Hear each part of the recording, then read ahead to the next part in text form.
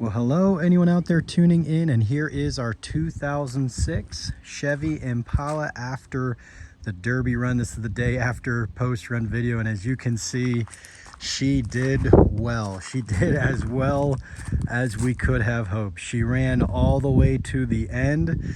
You can see the rear end is crushed rather all the way up and in. A little bit of the trunk bend there, I would say worked as well as possible. It's to the point, I'll show you here, to where the gas tank is actually sitting a little bit in a different position. Again, I ran the stock tank, but it did great. Still runs. Ran her down out of 23 cars. Again, Jefferson County Fair was yesterday, July 22nd, 2023.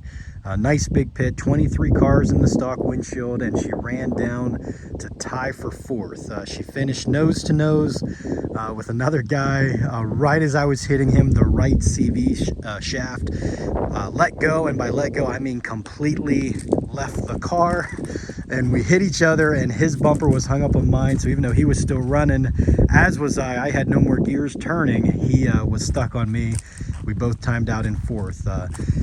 Some impressive cars there. The top four, that guy I got stuck on, as well as the top three, they were all brothers or cousins, and they had well-built cars, and they ran a good derby. They put some big licks on me at the end. Won't lie, felt like they were kind of picking on me, but that's part of derby. And as I tell my boy, hey, listen, man, you get down to the end and you've got friends and others don't. That's part of it. And the old car just kept going. Ultimately, it was a broken tie rod that led to the CV shaft letting go. And you can see the front end a little crushed up.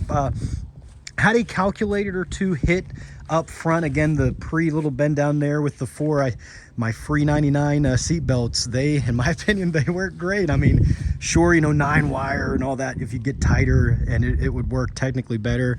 But like my doors, I used the seat belts. I double, triple knot them, and then I put about 5 or 6 layers of duct tape around them. And you can see I took a beating, and I mean, they held tight. And it does the job. And again, it's free 99, as I like to say. But ultimately what did me in, you can see here, I can move it with just a push of my foot. I'll turn it out a little so we can get a better view. Still got her strapped in. We're gonna scrap her tomorrow so we can get to the next one. But there is, see if I can get it to focus, there is my tie rod. I lost the focus there. There's my tie rod, and it is broken. So it was flapping around, and there you can see is where the CV shaft should be. And I say should be because it was sitting beside my car at the end, and there she is. I threw her in at the end, a little piece of memorabilia, if you will. But yeah, you can see inside, if you watch the pre-ran video, I was a little nervous about that fuel, again, stock fuel tank. And you can see how right here is the wheels, and you can see how I could see toward the end about a foot in the air. I was like, oh man, I got to start trying to get my front turned to them, but they were hitting me so hard and so often. I was struggling to get the car turned around without like exposing myself to a critical hit, and they were just putting some big shots on me. Again, the Schaefer boys, I don't know them, but they had well-built cars, and they were still flying around at the end while I was starting to limp. But you can see how that stock fuel cell, I was nervous, and I again took out, undid the plug there. This is the stock wiring, went in there, and then I was able to expand that hole. Again, wrapped it with a rubber, kind of just some sort of, I got it at a like a toilet place. They had a bunch of stuff, and I found like, oh, I can use this for wiring. But just wrapped the wiring with that rubber, spray foamed it, and you can see how it pressed all the way up and past it. I can't quite get a view underneath, but again, I had it sitting in the axle, the actual plug itself. I was able to lower it down, and I would say it's a good thing we did that. I was hoping to smash her up, and as you can see, I would say if it was in its stock position, which would be a little bit like right at the back of this spray foam, and not expanded it and actually dropped the plug down, I would say that plug would have been busted in half, and I would have had a dead fuel cell as no power was getting to it. So everything worked as good as possible. Again, GoPro there, I hung up in the back. That'll, I think, be some interesting footage. As you can see, my seat, again, I mentioned in the pre-derby footage, here I always do a ratchet strap. You know, it's a nice hand rest, which I use now and then, but in particular, it's a nice support so your seat doesn't get broke. Well, the problem with my setup for this car, I put it a little bit lower than I probably should have. You want to keep it in the top half, if not the top third, for the reason you see here. My ratchet strap slid down a little bit, and as they were slamming me at the end, the seat either broke or it shifted gears, and it went from sitting more erect to laid back. So now there's extra space between the seat belt and myself and or the seat. So when they would hit me, it was almost like a ricochet effect. As I was taking some licks at the end, I was flying all over the place. It'll be pretty interesting with that GoPro, I'm sure. But again, no complaints. Got down to fourth, kind of stinks. Derby Dog that ran it, they just do top 3. Personally, I think you go 20 or more, I would give top 5 a trophy. I mean, even if just 4 and 5 are trophies, if it was me. But we'll make a little sign or something for the car here. So yeah, great run, a lot of fun, little sore, but good stuff inside. And again, I did mention rather, you know, I just use, again, all basic stuff. My chain is just a 3/8 bolt at the top and bottom, drill with my titanium bit and the drill those in. I use the same chain and bolts every time. My sign roof, I'll jump up top real quick. The last hit there, I took a couple big hits in the side, and you can see what it did to my roof, bowing it in. But again, sign roof bolted in, each side did great. Battery box, again, Smith's Metalworks did the job. That battery as well, again, just can't say enough about that setup. But yeah, lost the CV shaft, and then me and him were hung up. Kind of funny, he wasn't, well, you can kind of see here, the corner of his bumper almost like edged itself in, and he was sitting there spinning on me trying to get off, but he couldn't. So we went out together. So that is that. Let's take a look under the hood. All right, so taking a look under the hood, got her all loosened up.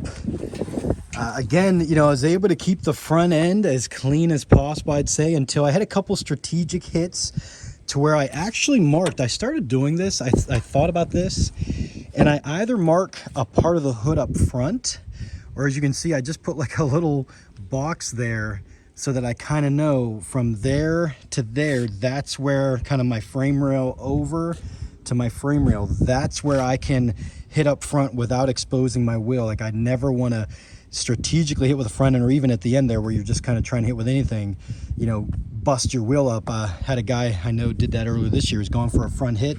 Well, he got too much of the wheel into the car he's hitting, and it ripped his wheel completely off. Shout out to DeJean's there. But you know, a couple strategic hits, and then at the end I said we even finished going nose to nose with everything I had, but pressed in at the end there to the radiator. But otherwise, again, super clean up front. Everything did what it should. The looped, if I can get it to focus here, right there she is, the looped radiator, or excuse me, not radiator, the looped transmission did great. I did laugh at the very end. It was probably about 23 or 4 minutes running at the end before I was timed out. I kept getting alerts saying transmission fluid too hot, transmission fluid too hot, the warning popping up. I kind of laughed as, yeah, whatever, we're burning her up. But yeah, able to keep the front end clean as possible. Said it was one hit that ultimately did the tie rod early. I was kind of being pressed from the side, if I remember right, turned. I was trying to get out because another guy was coming, and he got into my wheel, and I'm pretty sure that's when the tie rod broke. So then again, that tire was flapping because I could tell. I'd try to go backwards in particular, and I could tell something wasn't right with that front right wheel. I couldn't tell what, but I couldn't get it to back up how I wanted it. But again, everything did great. The motor stayed nice and cool, you know, didn't take any damage. But again, just made sure the antifreeze was topped off, and then put a cup of that April scent. I smelled it different times during the Derby. Smells great. Fabric softener, and it worked great. A little dusty at the Derby, both before and end. That's where all the dust came from. But again, everything inside, you know, the spray foam, which again, I didn't take any damage up front, but that stuff secured.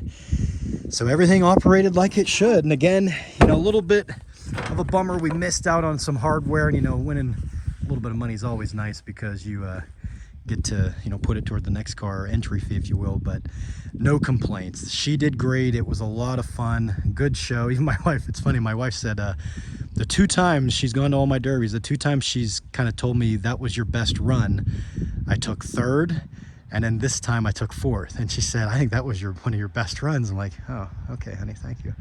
But yeah, last year at Jefferson, we were lucky. The car was in limp mode, but we kind of limped to being the last car running. I was pretty disappointed though, because it just did not run right couldn't do too much. This car, she didn't end up being the last one running, but I was able to have a lot of fun with, put on some good runs as it kept going, and no complaints.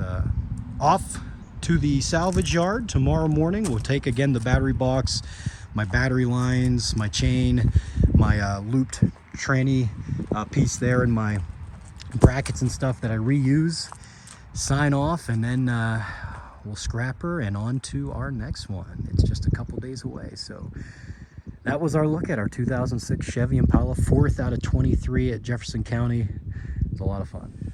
I wanted to add this real quick to this video. I mean, the guys at Derby and Derby often know, but if you don't know, you know, not only do I try to keep the costs as low as possible, just because, you know, that makes the wife happy and kind of justifies it more for me, and I got the things I need to keep the expense low, and, you know, find cars cheap that you aren't losing money, or again, sell parts. Like, for example, here's a rear bumper as well as the tail lights that I'm going to keep, because I might be able to sell those, just kind of refresh the post I made on Marketplace.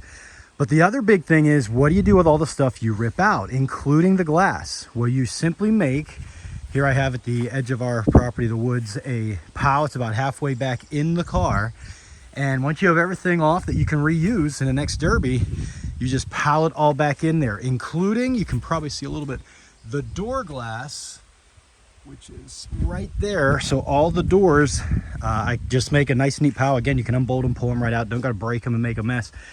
But I just put them right back in there. And you even could do the front windshield. Now, we have a way to dispose of it, so I don't need to kind of jam it in. But if I didn't have any way to dispose of it, again, you kind of, the way I do it, edge out as best you can. It still cracks and splinters some, but you just set it in some high grass or the edge of your property, put it right back through, set it on the ground, pile the stuff on top of it. Again, when you take it to scrap, you know, they're taking everything with the car. You've just stripped it and, you know, kind of did some of the work for them, you might say, excuse me.